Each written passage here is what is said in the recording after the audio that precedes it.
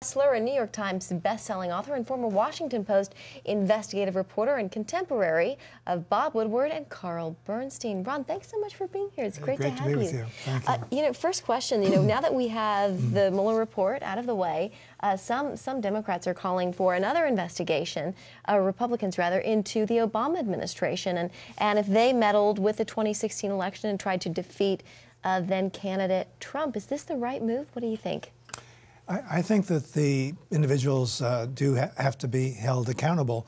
And there's one individual who actually started this whole thing, and that's Andrew McCabe, the acting FBI director. In his book, he actually cites the reason that he opened this investigation of Trump, and it's unbelievable. He says in the book that it's because of Trump's interview with Lester Holt of NBC, in which Trump said, "I fired Comey, and I thought about this Russia thing." But then he went on to say, and I realized, he twice said, "I realized that by doing that, I'm probably prolonging the FBI investigation."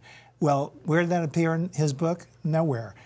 McCabe omitted that from the book dishonestly, deliberately, because it would undercut his position. Of course, to start an FBI investigation based on someone saying something on TV is absurd to begin with. But this shows how the whole investigation of Trump specifically was a real hoax. Ronald, speaking of books, you wrote a book last year called The Trump White House, Changing the Rules of the Game. It essentially highlights how the media failed to report or underplayed Trump's accomplishments in the White House. How do you rank this accomplishment, how he came out on top of the Mueller report, and how the media is reporting on it? I've known Trump for 2 decades, and invariably he wins. No matter what the issue is, he wins. And this is just another example of his winning. And he sees beyond the corners. He sees things that others don't see. He latched onto the wall issue way before it became a big issue. I do say in the book that he will be seen as one of the greatest presidents based on the results, which are unbelievable.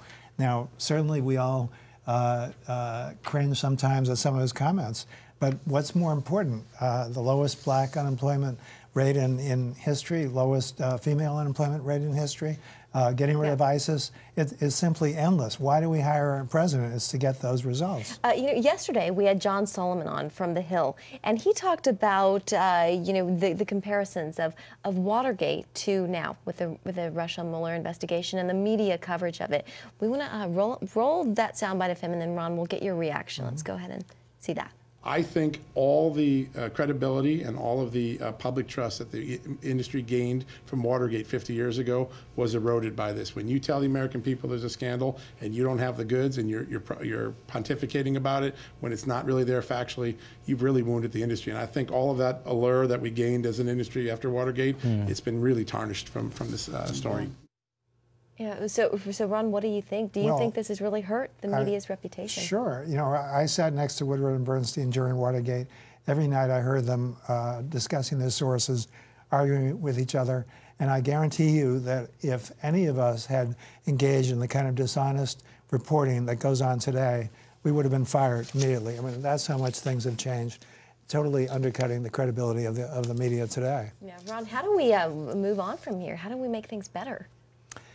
I think, the only solution is the marketplace, and that means that these outlets that are dishonest, that report literally fake news, have to wither, and otherwise it's just going to continue, unfortunately.